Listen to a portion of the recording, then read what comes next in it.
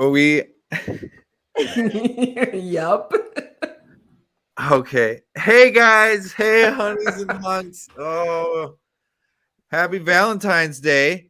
Happy Valentine's Day. So it's been this week's written itself. I really didn't have to do too much with it, but so I'm just gonna start off. So I got Jade Auxiliary Things Johnson over here. Hey. What has been your initial reaction for this entire week? Like, what is happening in the NBA? It's been nuts because, like, I've been saying to people on the show all season, the NBA is like just the wild, wild west this year.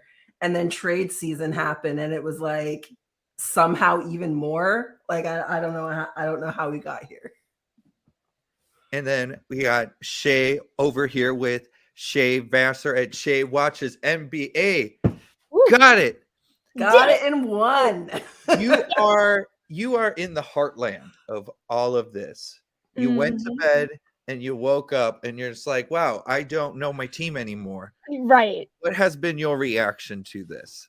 I mean, it's been drama filled, which is what I love. So it's I keep saying I need to like go and study the rosters because I don't know who's on what team anymore. Like I have not fully looked it up yet. So I'm like, I don't know where everyone is. But it has been nice because my dad is finally getting into like modern day NBA. So he's starting to watch and he's like, I came in at such a good time. This For trade deadline was sure. crazy. And I'm like, yep. Yeah. So he's loving it too, which is great. Also maybe he'll pick another team than the Celtics because that's who he liked in the 80s and 90s. And I'm like, Dad, yeah, no, like let's like watch it for a couple of weeks and then pick a team because It's a hard time not to pick the Celtics. I know That's what's already a so Celtics fan. I can avoid it. So I'm not yeah. with the Celtics. I'm with Team Kings. Remember, Team Kings.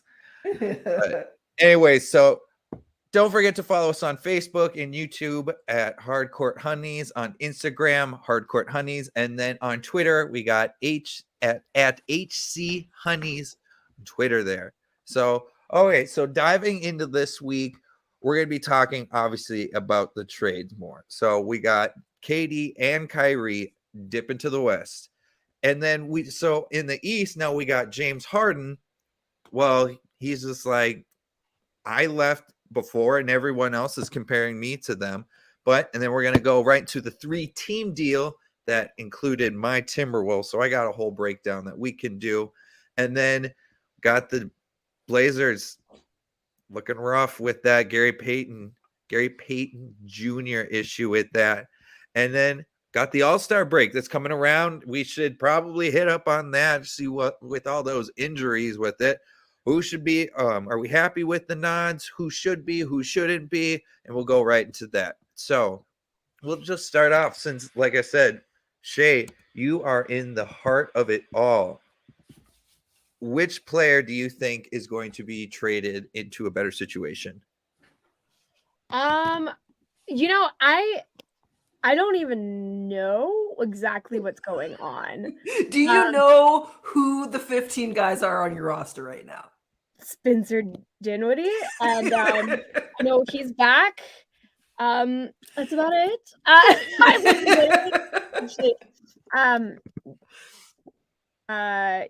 Utah's still there because they posted a Valentine of his face today. That's also how I know that. Like these are the things. So yeah, like I know, and then Ben Simmons is still there, which whatever, but only because he's like you can't build a team around him. So I just right now I don't really know what's going on. I feel like I should, and it's just like I feel like I should. I'm gonna read off the roster right now. Edmund, oh wait, what's his name right there? Edmund Sumner, Daron Sharp, Ben Simmons, Yuta Watanabe, Seth Curry, Dorian Finley-Smith, Cam Thomas, Nick Claxton, Cameron Johnson, Royce O'Neal, Joe Harris, and Patty Mills. Okay, so it's better than I thought, and also I did know more of these people. I didn't know Seth was back. But no, I'm seeing half of that team, like the first two guys, Edmund Sumner and Day'Ron Sharpe, they must be rookies. Jade, when you look at this roster, do you see like them being a kind of a grind out team that could get to the play-ins? This season, like, I don't know. There's a lot of low-key talent on that roster. I think there's a few guys that haven't quite broken out yet, but could kind of anytime. Cam Thomas obviously comes to mind because he's already shown some sparks of that. But Buckets. in terms of, like just next level with that guy. But in terms of this season for the Nets, I don't know. Like, I'm just pulling up the standings really quick here. They're still in 5th. I don't know. I see them being a first round out. Honestly, yeah. Okay. I mean, it'd be cool if they make the playoffs, but it would be crazy cool if they did. Just because, like, who trades two of the biggest people in the NBA and then, they get through the first round playoffs? That would be a cool story. I just don't know that I see it happening. Yeah. Well, speaking of standings, so in the Western Conference right now, as we see, it's super tight. Now we have Kyrie and KD thrown into the mix. Both of those teams in Dallas and in Phoenix were hovering around that 4th, 7th seed, just because one loss can bump you down to the 9th seed in one night. So do you see this pushing them over the hump and into tops of the West, Jade? Who are we talking about? The Jazz? Or either team? Mavs. We do Mavs. Oh, the Mavs and Suns. Yeah. The guys that benefited. I don't know. Yeah. I don't know if I see it, only because the Nuggets are an established team. They are an established core. Joker's still doing Joker things. The Grizzlies play with that chip on their shoulder. They've been on that upward trajectory for a couple seasons now. The Kings are the big story that it's kind of the only place I see potential faltering at the top of the West, just because the Kings kind of just figured it out of nowhere this season, and that isn't always sustainable. It'd be cool if it was, but if there was one spot that I thought the Mavs and the Suns were going to be able to potentially pass, provided they get their crap together, because like Kyrie and Luka have had great first couple games together, lost them both. So yeah, I'm not sure I trust that. I think there's more potential for the Suns, more guys. KD's been there, done that few times, been all the way. You got CP3 doing point guard things all night, every night. Devin Booker's back after being off for a while. They managed to maintain their standings. Now he's all rested. Ayton's there. Like, I think the Suns are the team that is most likely to make a big move off the back of the trades between the Suns and the Mavs.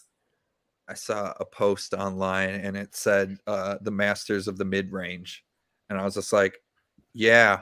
All three of those guys right there you just mentioned, with Chris Paul, Kevin Durant, and Devin Booker, they are all masters of the mid-range there. Shay, who's going to be more fun to watch? I don't know. Between specifically the Suns and Mavs, right? Yeah, because you got Kyrie and Luka, and Kyrie, he is a wizard with the ball. But then you got Kevin Durant with Chris Paul. That's I think why it's so hard, because I want to say the Mavs though. Like, my gut feeling is to say the Mavs, just because we've talked before that Luka needed that extra piece, and this could be it. This could be that extra piece. But I also am super stoked about the Suns. The thing I'm worried about with the Suns is, like, are they going to get to the point where they're so good that it's not fun to watch. Like, it's not scrappy because they're just such, like, I feel like they could get to that point to be such a well-oiled team. Well, I feel like the Mavs will not lose that kind of scrappiness, just because Luka and Kyrie play a little bit more of that game.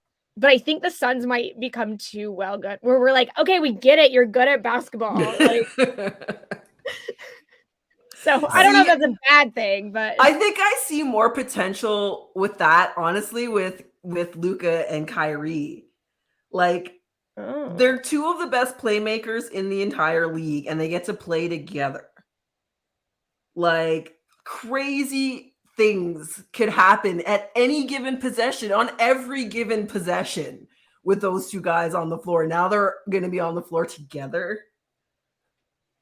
I'm just going to have to retweet the defensive sequence that happened last night for the Timberwolves with Jaden McDaniels and Ant, where it was them just going mano-a-mano with both Kyrie and Luka. If you want to see the video, look at my Twitter account. For once, I'm going to retweet something because I'm stoked.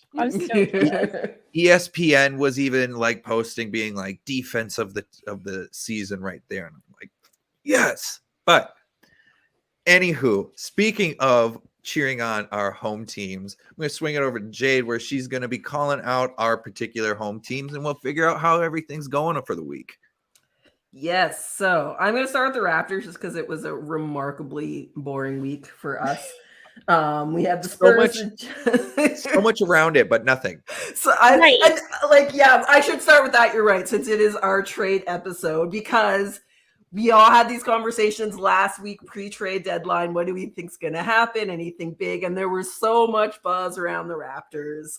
And it's really interesting talking to other Raptors fans, because we have so many fans now since we won the championship that just buy into everything the media is saying. They don't really know that the Raptors do not operate that way. If you hear a rumor, especially coming from the US media, because the US media ignores us until they think there's something juicy to talk about.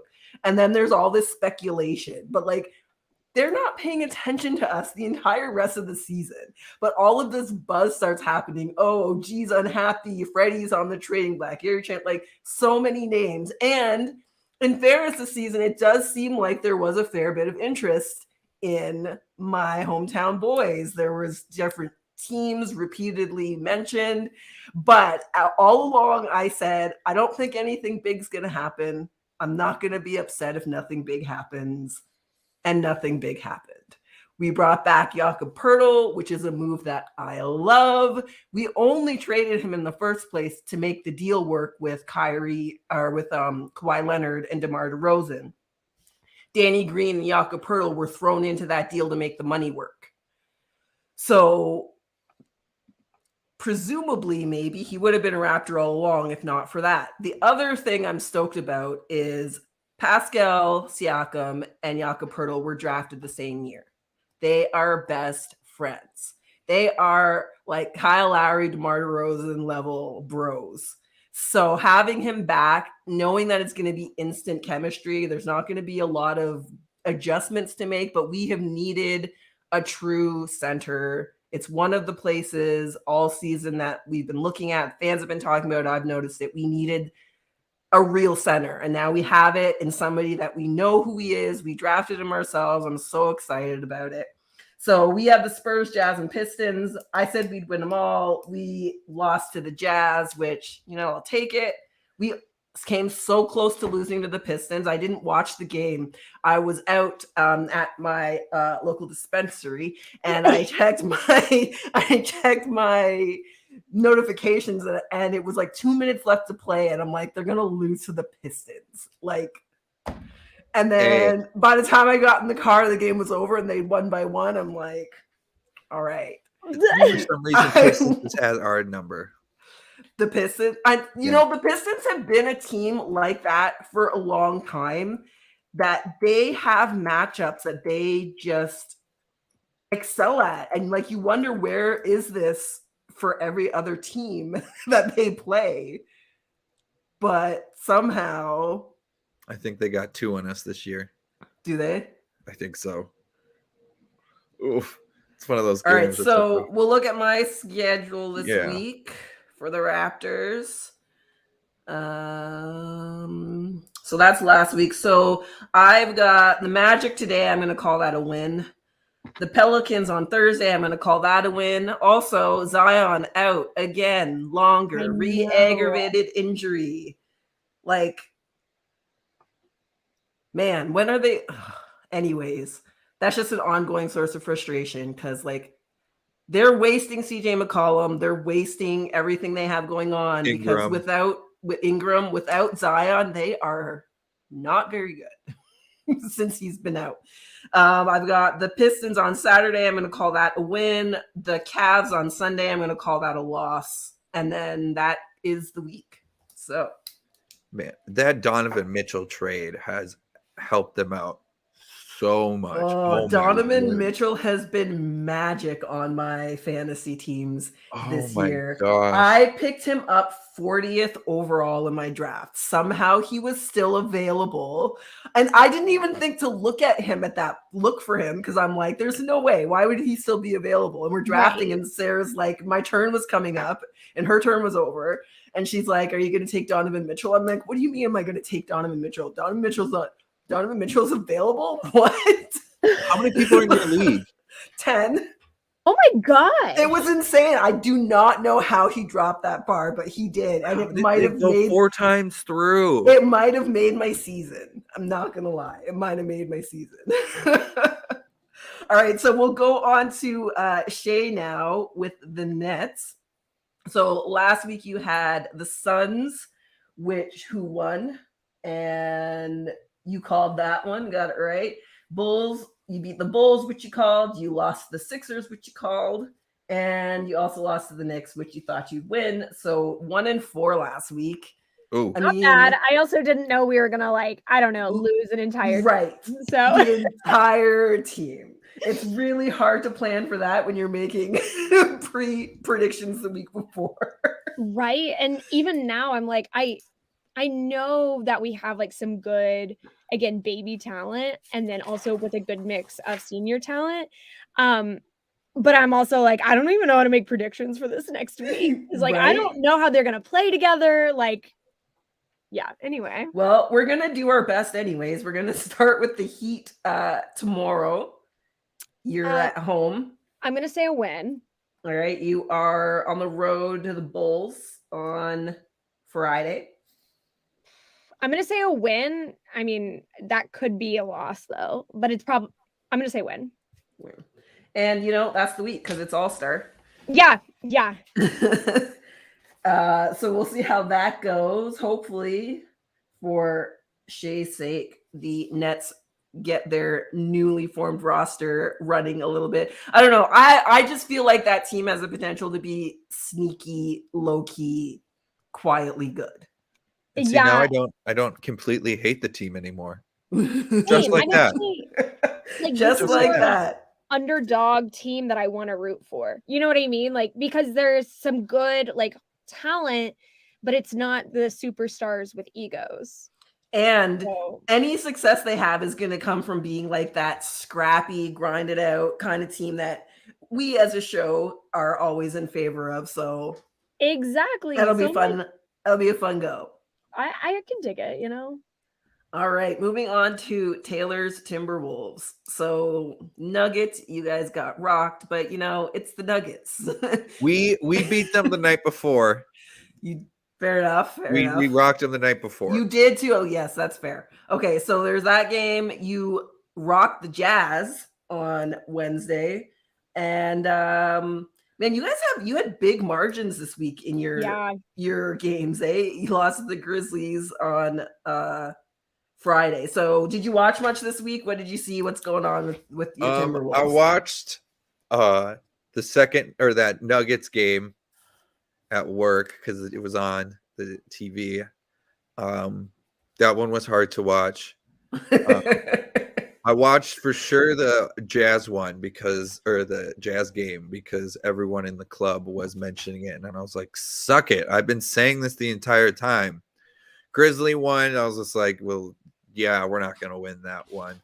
The Mavericks won. I missed that, and I'm so mad. So mad I missed it. Yeah, I can see Got new that. video games, so I got engulfed with those.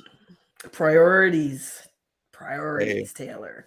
All right, so this week on our short All-Star week, you've got the Wizards on Thursday and the Hornets on Friday. What say you? What say you? I think both wins. That's what I would have said too. Mike Connolly last night for us was he had 10 points, but he had 9 assists off of 2 turnovers, and he shot 4 from 8 for the field.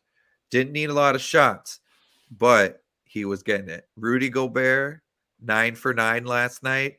You better know about half of those shots were from Rudy. So, from Mike Connolly. So it's this Connolly trade has kind of benefited us that more than I think people gave it credit for. No, Connolly is one of those like really underrated kind of necessary glue guys that wherever he goes, you put him in, he does his job, he makes everybody better, and just nobody notices. And that's what I keep on telling people at the gym. I'm like, this guy, unless he's a player, he's your favorite player's favorite player. Yeah. Because they want to play, because for sure Mike Connolly does the right play every single time. He doesn't make mistakes. And that's why we're just like, we have a calm veteran mind, because there was news and rumor coming out that it was a pretty toxic environment in the locker room, and one of the main people it was around was D'Lo, which that kind of bummed me out because I thought he was kind of the calm, level-headed player on the team, but I was like, no, you're quiet because you don't like playing here right now. And I'm like, ugh. So, but it happens. But Anthony Edwards plays essentially the same way as Donovan Mitchell does.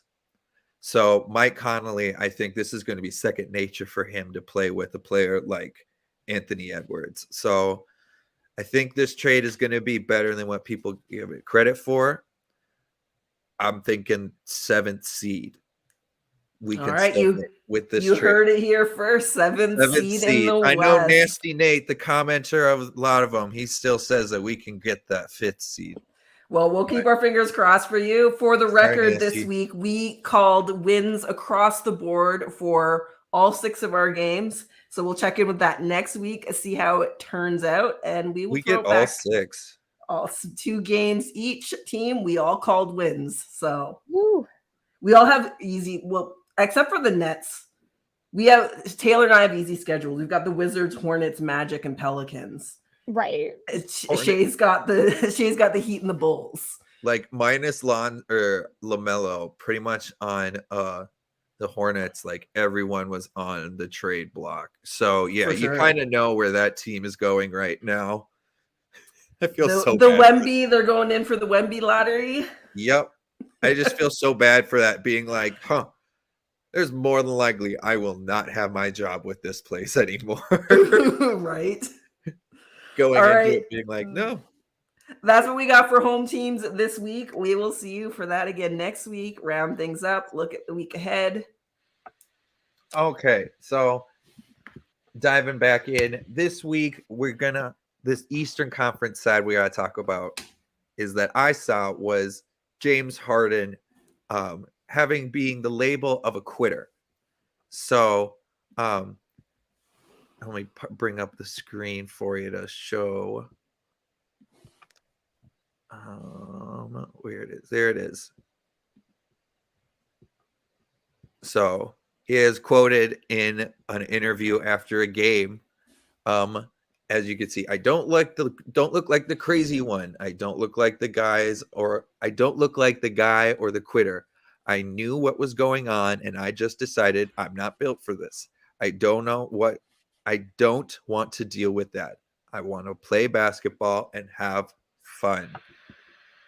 Jade, are you surprised with this comment from James Harden? So James Harden is always such a thing for me. And especially when I feel like I have to like agree with him, it kind of makes my brain explode a little bit. Like I'm just having a little glitch.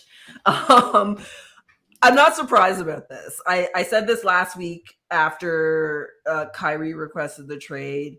Everybody's requested a trade from the Nets who's been there. It's been like 8 months. Harden requested a trade. That's why he got traded. Kevin Durant requested a trade, and then they decided that he was going to stick around, apparently mutually. But like that request was made. And then Kyrie, and then KD again. So like, who can be surprised? If you're okay, I shouldn't say who can be surprised. If you're paying attention, this is not surprising. The Nets are not a great organization. They've got things they need to figure out. They've been in constant flux for how long? You know, like since Jay-Z moved them to Brooklyn, and Just about to like mention it's that. just there's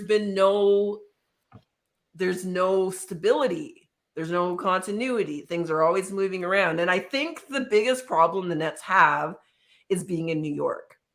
If they were somewhere else where they didn't have the Knicks to try and compete with, that's you know, playing in the shadow of Madison Square Garden, I think they would be a team in some other market that would have said a while ago, you know what, let's rebuild this thing properly, instead of where the Nets were in New York. Kyrie and KD are going to show up. What are they going to say no? They're not going to say no.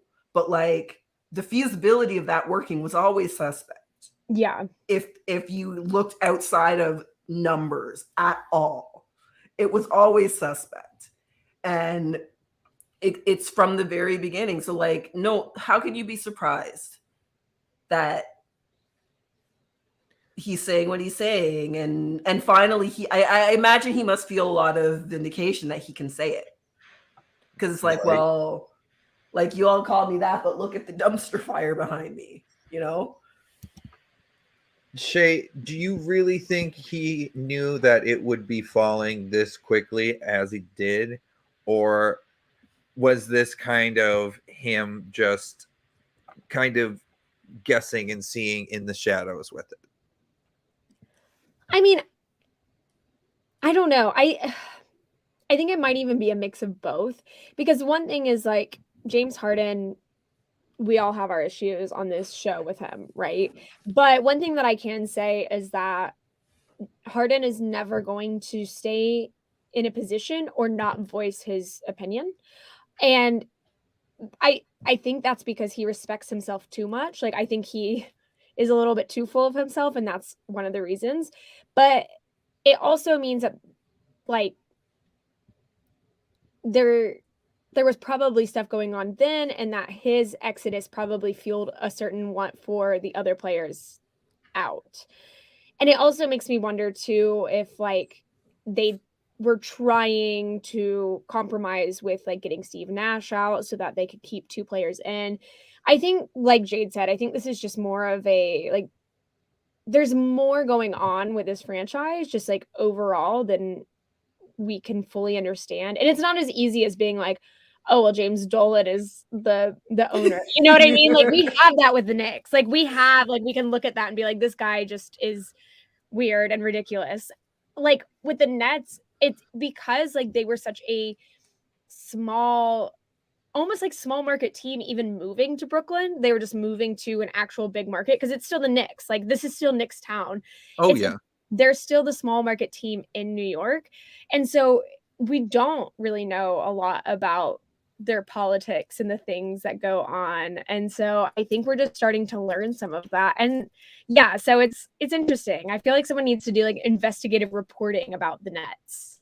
I think about that because I did that story on the Knicks, and now it's kind of like, right what's there? If I start digging, what is in there that is showing the Nets up so badly? And I don't know. I'm a big believer in like people's energy and collective energy of groups of people, and it's almost just like you're not going to leave New York because it's New York as a team, even if you are the second team in New York. But it almost feels like there's always going to be so much goodwill for the Knicks. There's not going to be enough left for anybody else ever.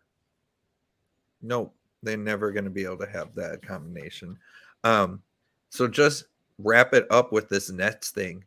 Of those 3 players of leaving their teams, which team has the most likely chance to win a title, Jade?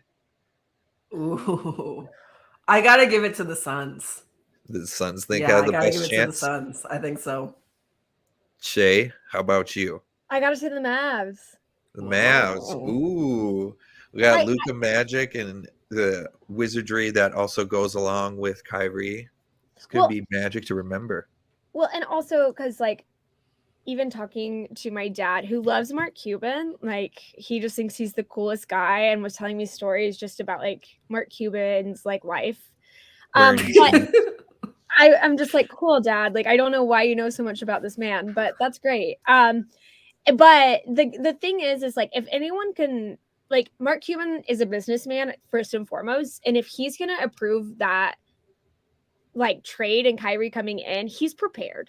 And I think if anyone in a front office can get Kyrie to a place, because the thing about Kyrie is, like, as we've discussed before, is I think he needs that kind of like parental figure in the league. And I don't know if anyone else has wanted to take the time. And I feel like that might be a good possible mentorship, is because Mark Cuban does that with like the players. Like, again, my dad told me they, like, I guess go over and play like wiffle ball at Mark Cuban's house sometimes, like after practices, and like, you know what I mean? So it's just like, if anyone can do it, I think Mark Cuban at least is going to be the best attempt, if not the only person who can kind of give Kyrie an environment where he can kind of be himself but also mature. And I don't know if Kyrie's quite had that. I think Jason Kidd's going to be really important to I that was too. just about That's to mention like he's Jason been known as Kidd a does hard-ass not coach. play. Like that is not going to be like all you have to do is look at him. Every time I look at Jason Kidd, I'm like, I'm not intimidated often. I think Jason Kidd is somebody who might be able to intimidate me. Like just something Scary. about him is scary. That's what I'm saying. So like between Mark Cuban and Jason Kidd, I mean, you know what I said last week. I'm not going to say it again, but you know. Well, also, we've seen him in a few places. There are 30 teams in the NBA. There's got to be a better fit for Kyrie than what he's had post LeBron. Exactly. Oh, yes. And I'm thinking also, so with Jason Kidd, he is essentially what Steve Nash was, except he's mean, or he's tough instead of soft. Right. So what you mean to say is not Canadian, right? I mean, the I'm same, thinking but Hard Jason Knocks. Kidd is not Canadian. Jason Kidd came from a very rough spot in California, so that's what I'm going to say with that. But they have the same kind of IQ, so Kyrie can at least go into there, hopefully, and being like, well, this is still one of the greatest basketball minds that has ever played, and also I can't push the coach as much as I have before, because this guy's going to be like, no, I've played with people better than you. I've played with people better than you. You can't do this to me. But so, I mean, hopefully that one of these teams, I want actually one of these teams to actually pull off a title, but that's just me with it. But all right, we're going to switch it over with Shay, and let's see if we got some funny tweets for this week for us. Lord, what a freaking week. Am I right? Okay, where am I going to start? Okay, we'll start with Molly Morrison's. I've put her on here before, but she said, Kevin Durant, Kendall Jenner leaving Ben Simmons for Devin Booker. So if you don't get that, just in case, Kendall Jenner was dating Ben Simmons, and then the next person she started dating was Devin Booker. And so, yeah. My biggest takeaway from this is that my brain knew this somewhere, but I feel kind of glad that I didn't remember it. Right? Like, as soon as you lay it all out, I'm like, oh, yeah, that did happen. I'm so glad I didn't think of that by myself. Honestly, like the Kardashians should just be erased from all of our memories. Permanently. Give me that Men in Black blinker and See, luckily for me, it's been like that because I had to like rethink all of that. And I was like, Kendall, like, I know what she is, but why are they shaking their hands? Like, why is Ben Simmons and Devin Booker? Oh, that's right. Right. They both were shotties with, okay, that's right. See, that's how out of the zeitgeist I am with that stuff. Been watching too much Bigfoot hunting shows. This is why we keep Shay around to run our Twitter section. I'm here for Nobody does it better. Like I don't know what Jade's been watching besides basketball, but I know besides basketball, I'm watching Bigfoot hunting shows. Well, I started rewatching Everybody Hates Chris, and that's a good one. So good. I'm watching The Good Place right now. One of my favorites. I missed it the first time, and Sarah really wanted to watch it, and oh my gosh, it's one of my favorite shows. I love that show. Anyway, speaking of bingeable stuff, we have more things that got involved during the trade deadline. Yeah, that involved one of the things. Oh, sorry, spoke too soon. I got ahead of myself. Go. I'm like, do you mean bingeable things like my tweet? That's what I thought she was going to do. It would have been perfect. You're so good at like figuring out creative ways to like. Anyway, from Playoff Shay, shout out CP3, Mello, and Spida. So it's a picture by NBA on ESPN that says. I also like how it's just a source. I'm like, first off, is that true? Or is this just whatever? But as one source told me, you remove a vampire from the locker room. And this is specifically on the Lakers moving on from Russell Westbrook. And so I loved seeing the support from CP3, Carmelo, and Donovan Mitchell, who basically are like, so CP3 said, put a name on it. Carmelo Anthony said, who's the source? Because like, yes, who said this? Like, and then do you know how easy it is to type the words source on a keyboard? I said it now. Source a fan? Like, but was it collective conjecture?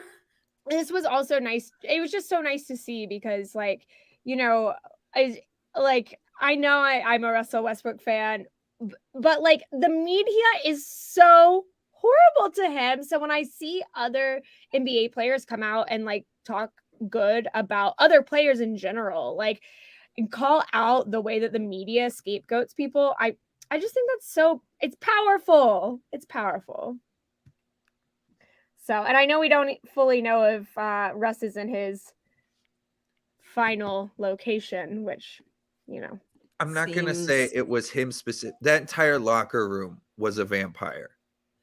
The Lakers are another one of those teams that just don't make sense right now. What they're doing, it just feels so desperate.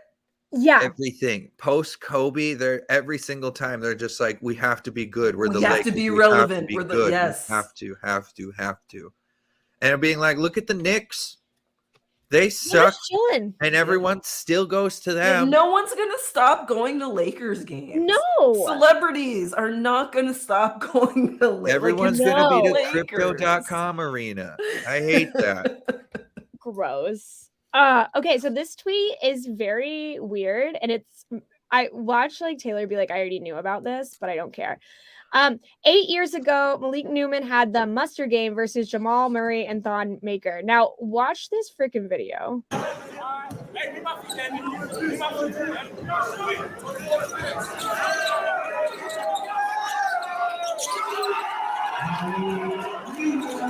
basically, he just does really well. But in case you missed it, like, yeah, they don't.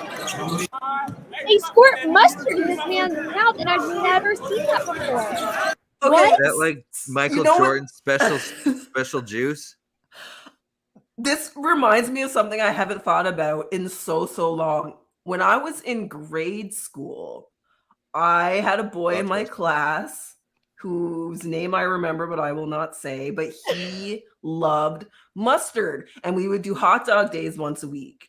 And he would just have like mustard dripping, and he would do that. He would just throw back and just like squeeze the mustard, and he was so happy about it. So I guess there are two people in the world that are weird for mustard. Like. But did they go play a game right after? Right after. That's definitely how it was cut to look. Like, he's just treating it like it's Gatorade. Right. Like, that is. And it seemed all too casual. Like, no, yeah. Kevin always does this. Like, what? No, that's exactly what it looked like. Like, no big deal. We're just gonna, give you a mustard shot. If anything, I would have understood if they were doing like hot sauce or something, because they're being like, oh, this guy's gonna get on fire now. He's hot. Not even spicy mustard. Right. Not even spicy. Just good going old standard yellow. Just going for just a good old hot dog French's yellow with it. You couldn't even get Grey Poupon. Bottle, just couldn't even get high end stuff. So anyway, back to the NBA. This one also made me a little jealous because why didn't I think of this for my own wedding? It says this couple from SportsCenter. This couple got married at halftime of the Timberwolves Mavs game. Valentine's Eve. Love is in the air here at the American Airlines Center.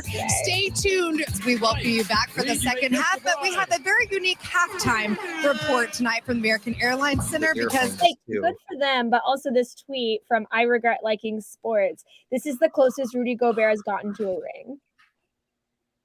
Oh. Why does everybody hate Rudy so much? He is getting so much crap. He's getting for being just being a part of the trade. He didn't ask for that. He didn't. Right. He's just the player. He's just a player. He just listen. I know he did a massive boneheaded thing with the whole COVID. Like, I know that happened. I know it was a thing. But even before that, Rudy gets so much hate. And I'm almost like compulsively team Rudy just because like he gets it so much from everybody else. I just always, people give him like crap for like, oh, he can't be an offensive player. You know who another 3-time defensive player of the year who is in the Hall of Fame now with lowest points per game? Ben Wallace. Yeah, with 5.5 points per game. It doesn't matter. Are you doing what you're supposed to be doing while you're here, playing defense and rebounding? Yes, that's what we want. That's my biggest frustration in talking about basketball in general. Is it so offensively focused? And I understand why. I understand that it's like more exciting, it's more entertaining, especially for people that don't play or aren't super into the whole game. But when you're going to talk about player performances, 50% of the game is defense. 50, half the time. You are not in control of the ball. It is your job to stop the other team. And everybody just wants to talk about offense. That's why I would really love if the NBA would start tracking deflections. Because I don't think there are enough defensive stats that are tracked regularly to give justice to players like Rudy Gobert, Ben Wallace. OG Anunoby is another one who comes up because people are like, oh, why doesn't he do more offense? He's guarding the other person's hardest player every night. That's why he has to have more offense. Like 17 points a game, I will take it when he forces Harden to have his worst games of the season every time they play. And Rudy's only gonna get better with Mike Conley. For sure. I will also point with Rudy, he is, when it comes to just players shooting around the rim, he still has one of the lowest percentages. Because people are afraid, know that he can easily block their shot, so they're putting up bad shots. So it may not show blocks per game, but when you look at the overall, just maybe Rudy going up or just playing defense around the rim, it's one of the best. Yeah, that matters. Like it doesn't matter. It doesn't matter if he gets all the blocks. It matters that players are afraid of him. And they have to, instead of just playing their game, doing whatever they want to do, no, they have to stop and think Rudy Gobert's in front of me. Right. What am I going to do now?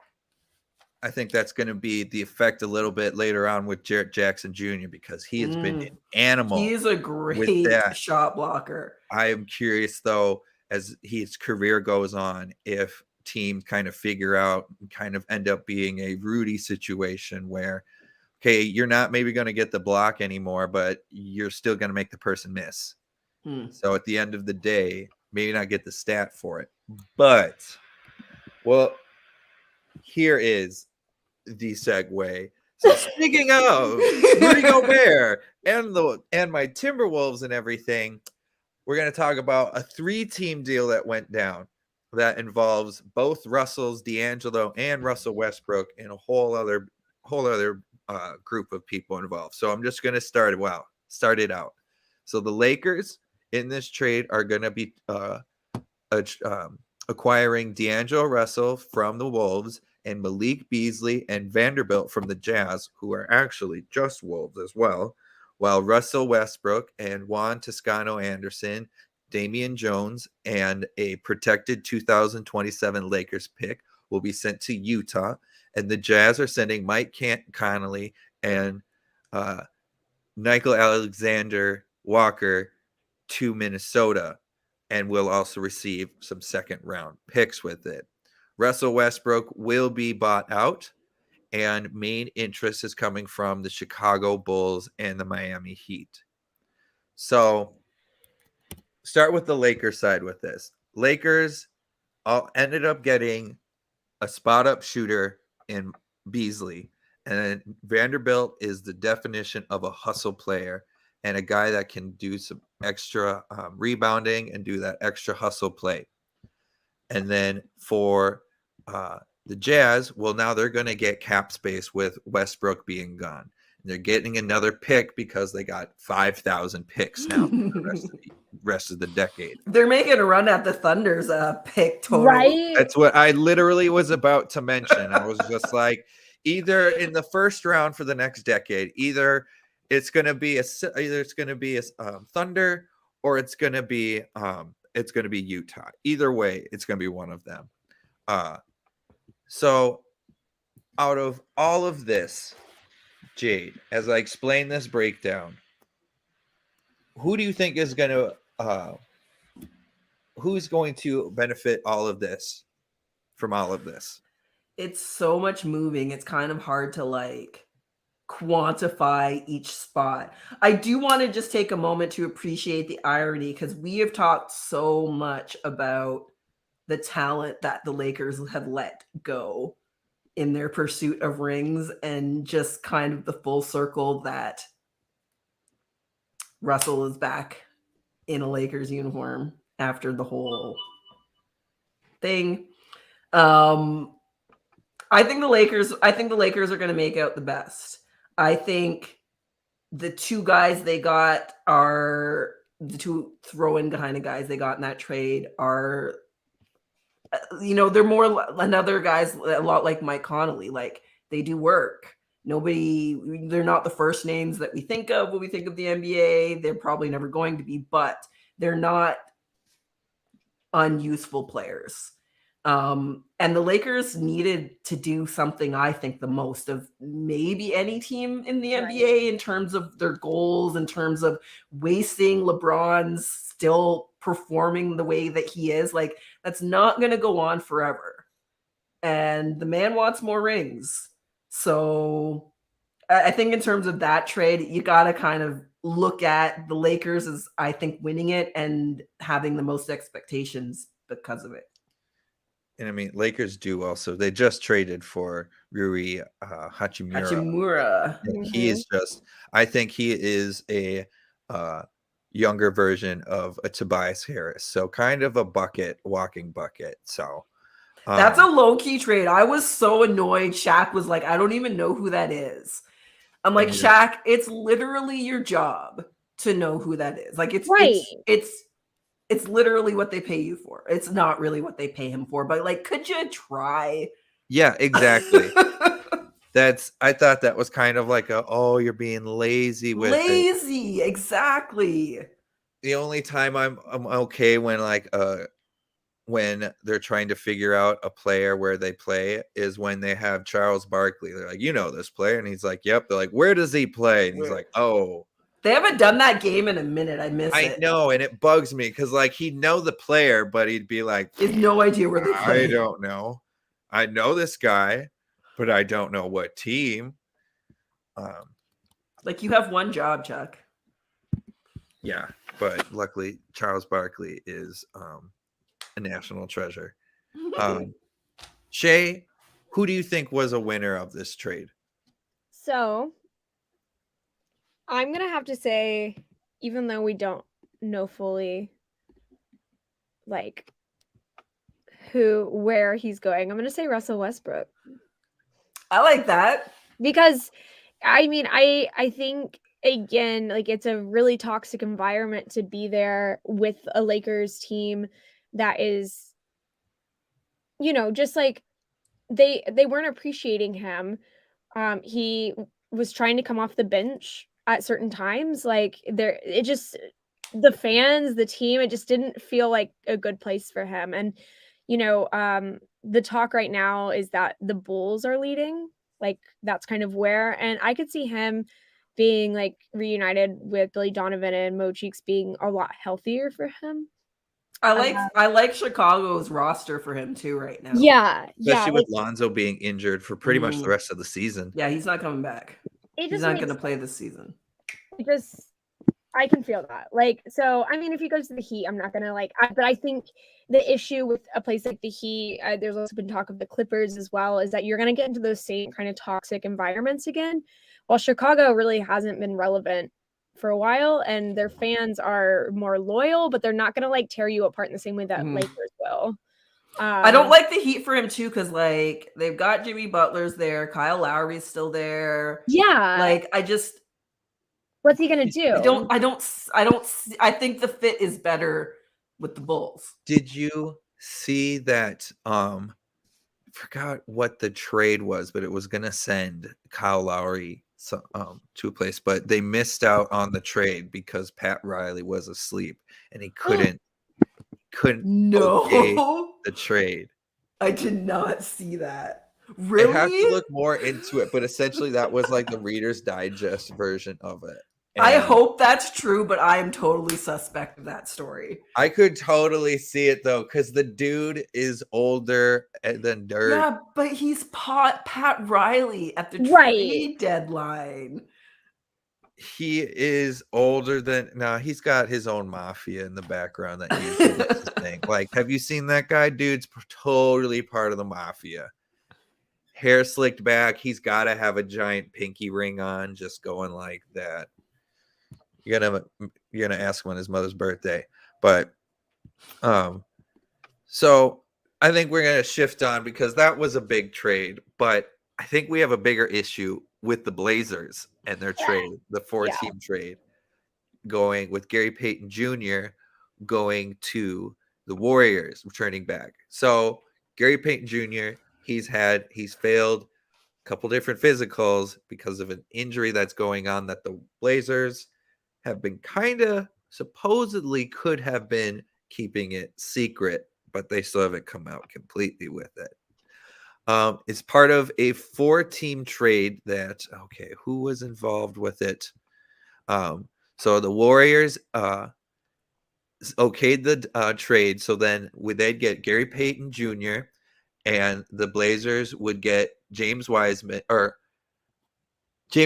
go to Detroit, Sadiq Bey to Atlanta, Kevin Knox to the Trailblazers, plus also 3 second-round picks. Is this a smart move by the Warriors, considering after all of this issues, Jade? I think they're going to get some of the Blazers picks out of it, so why not? Yeah. You got to keep the player. The timeline for him. Picks.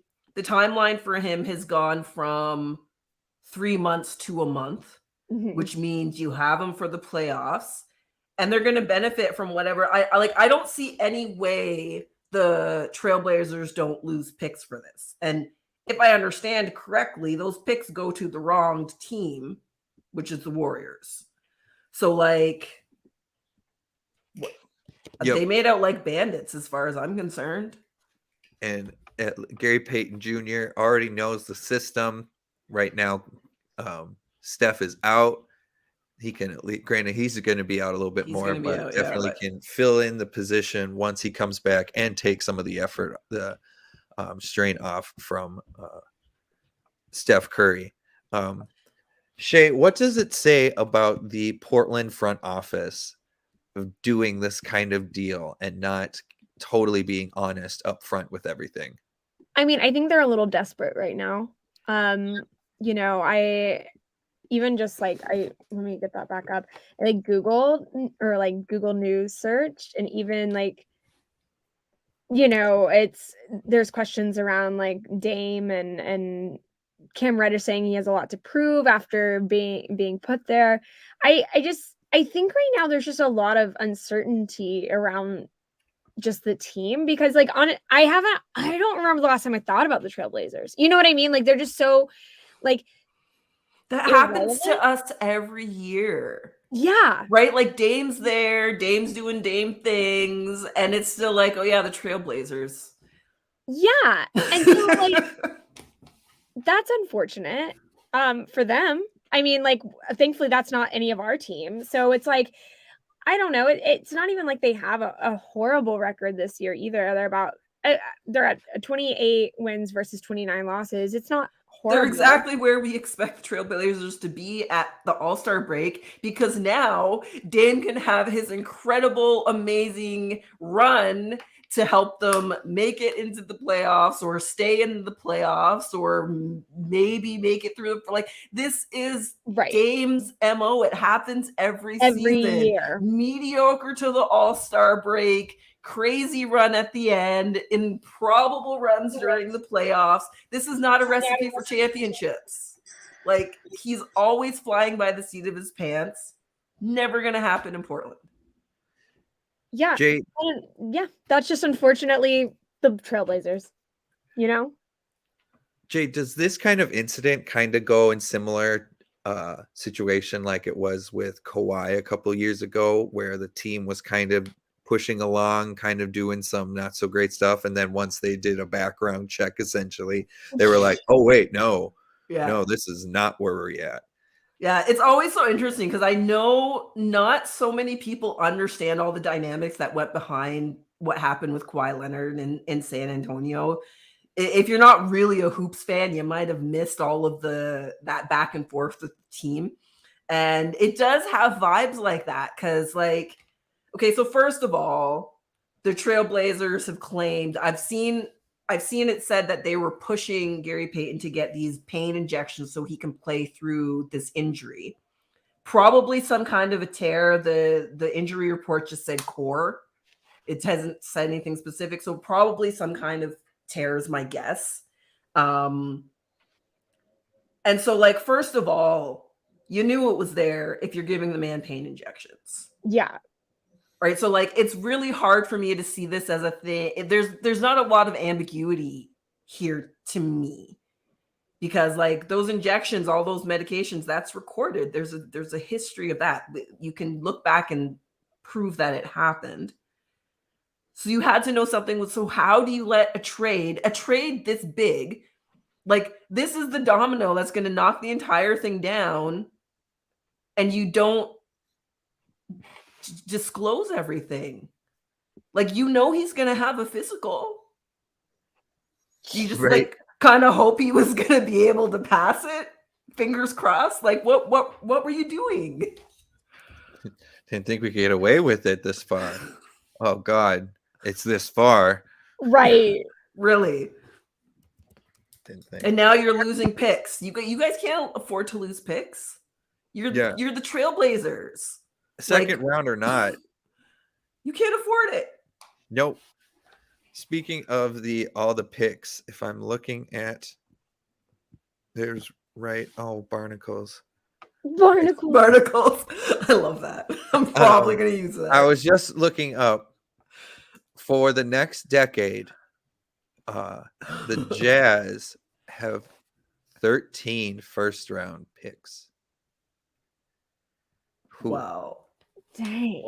So they can be dishing that all around if they want. Man, there are a few things happening in the NBA right now with the way teams seem to be shifting the way that they operate kind of fundamentally that are going to make the next few seasons, I think, really, really interesting. Yeah. Speaking of functioning, these kind of players aren't functioning, and they're going to be at our All-Star game with Steph Curry, Kevin Durant, and Zion Williamson. So we're going to be talking those guys out with injuries, and they got new replacements with my boy Anthony Edwards, Jade's boy Pascal Siakam, and then our Kings boy De'Aaron Fox. Which thank goodness, thank God, boy. And I know, Jade, we may have a little bit bias with it all, but of like the original ones that got picked, which ones were undeserving? So you mean first the voting? Yeah. So say like, for example, not the reserves.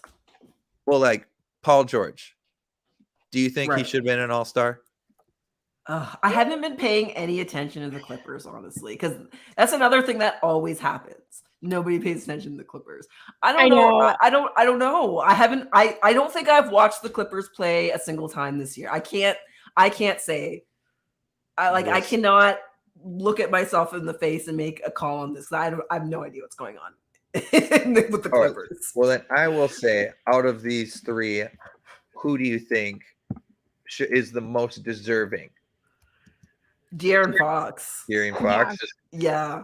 De'Aaron Fox, as we know, is killing it. But Pascal and Siakam has been all around. He's been your guys like doing literally everything. Everything. Yeah. And Anthony Edwards, well, he is doing literally everything now since Kat is gone. And he is really showing that he is ready to take over the league. So, I mean, it's kind of hard to say none of them are not worthy for it. But no, this goes back to our whole thing. They need to expand the All-Star game roster. It should be 15 guys, irrespective of position. 15 guys per team. Give them a whole roster. And I have been asking this, Shay. Does the league need to adjust voting requirements again? Like, say, for my example, more game percentage that you have to play blank amount of percentage games for you to even be considered an all-star? Yes, 100% yes. The fact that that's not already a thing. That's literally what I was just thinking. How is there not already a minimum number of games you have to play before voting to qualify? Like, it must be that gave me the idea.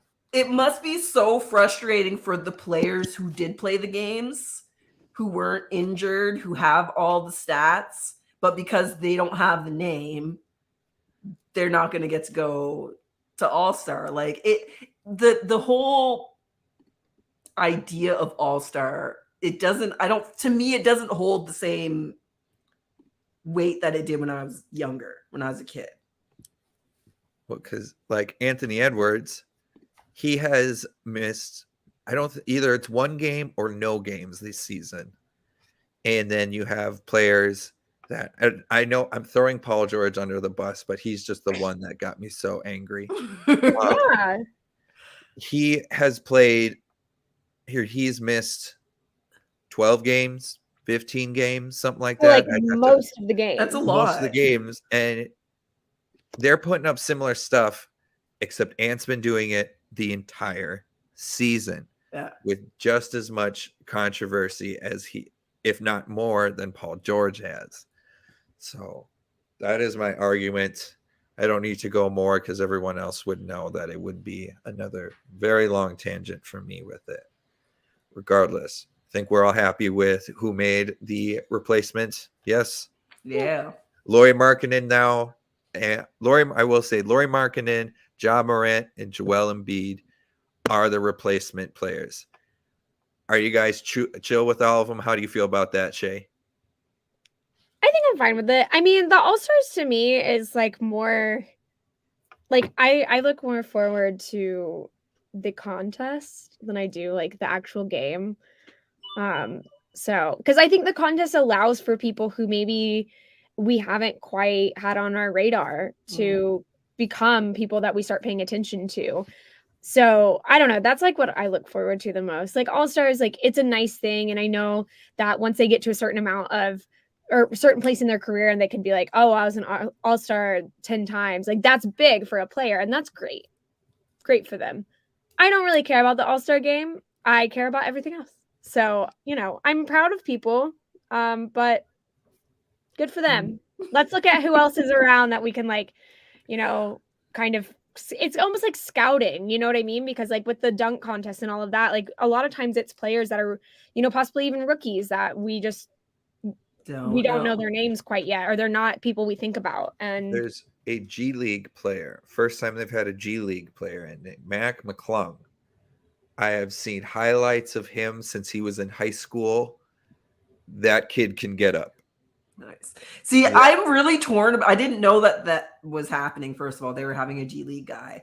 Yeah. But like, I'm a little bit torn about it because I like the idea of making the G League more relevant, having it have more to do with the NBA. I think it's been underutilized for a long time, and there's a lot of growth potential there for the NBA.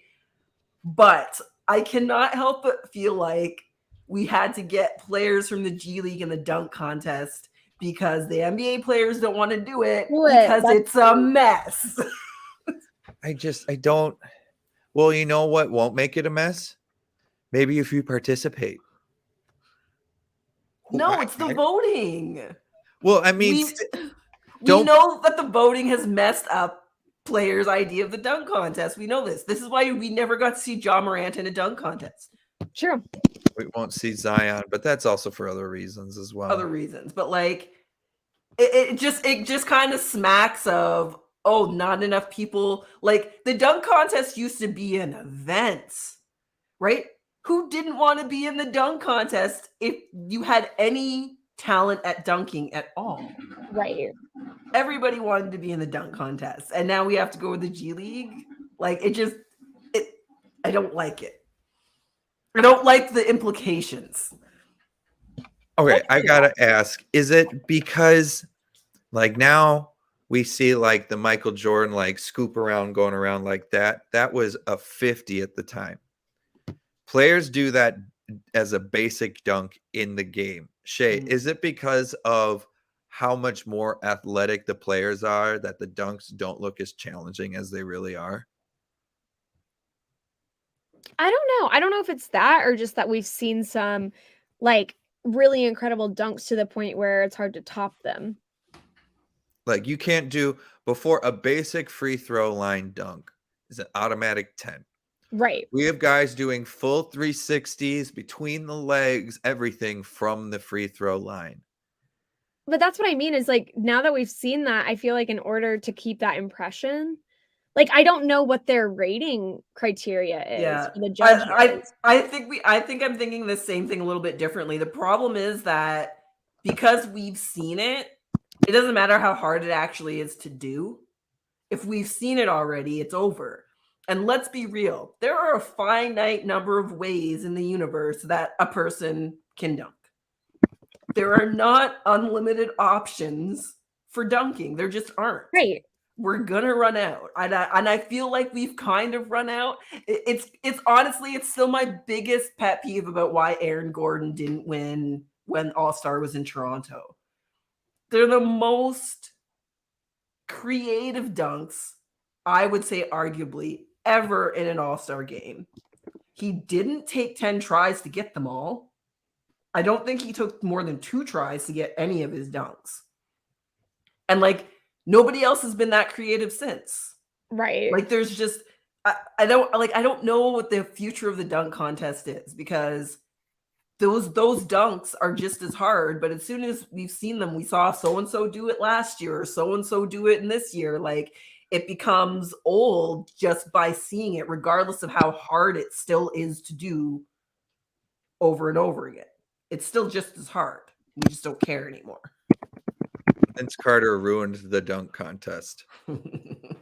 It's Over. still the reason why I say that is because every player every year pays an homage to one sort of way to Vince Carter.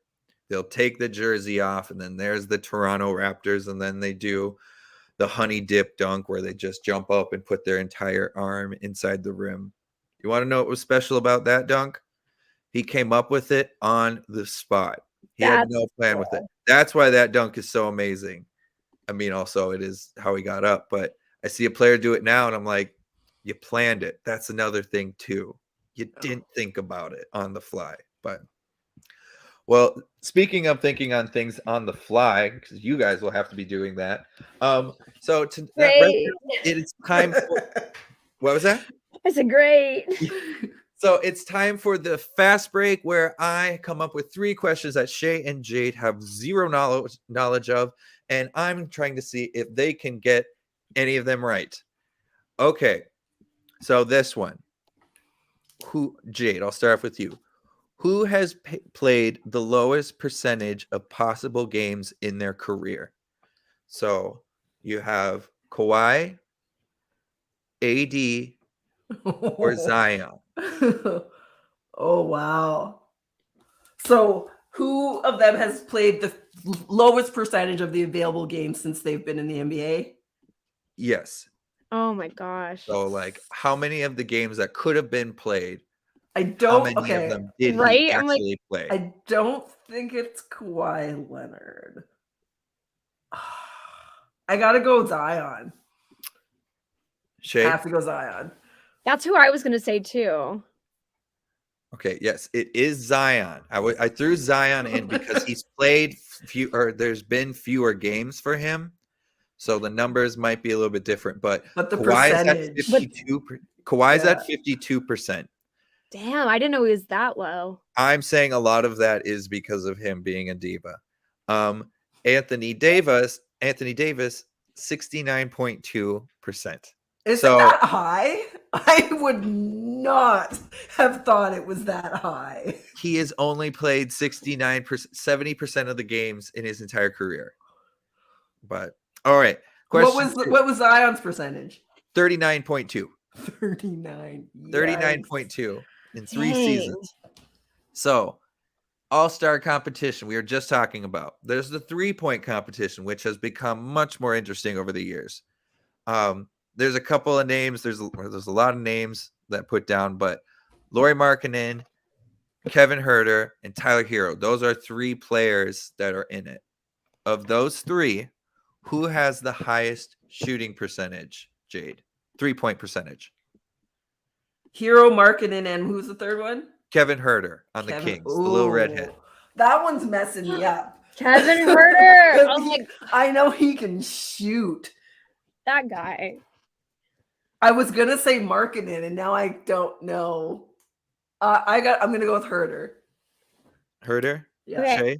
I'll go with Markkanen just to be different, but like I forgot about Kevin Huerter, and he he looks like he should not be a basketball player, and then balls out.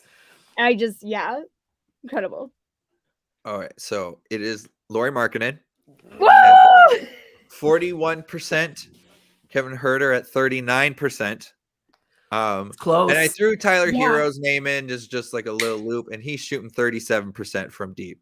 So regardless, all of them are shooting lights out from deep, and that's why they're in the All-Star game. Okay, and this last question. This one is going to be a real deep cut. If you guys can get this one, I'm going to be real impressed.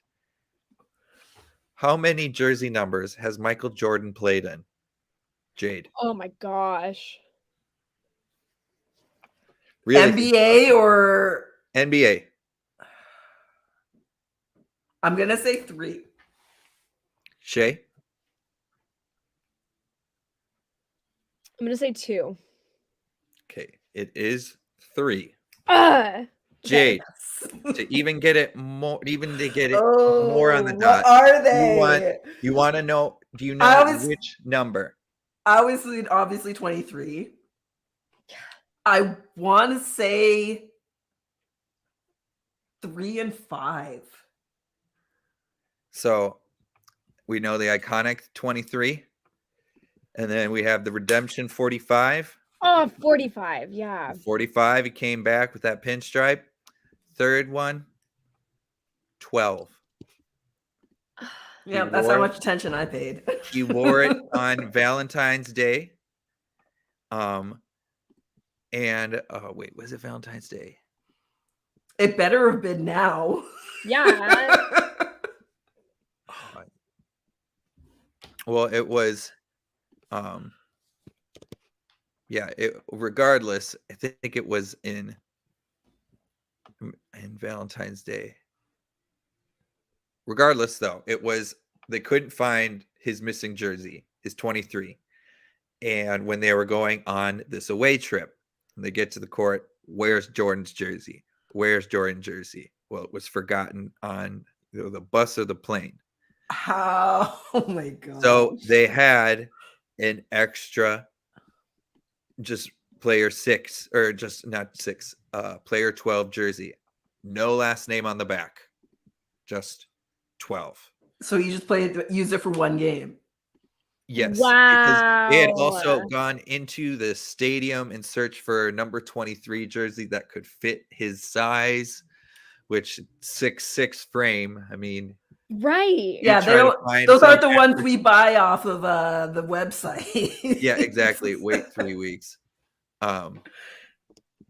Yeah, so that is the 3 jerseys. Wow.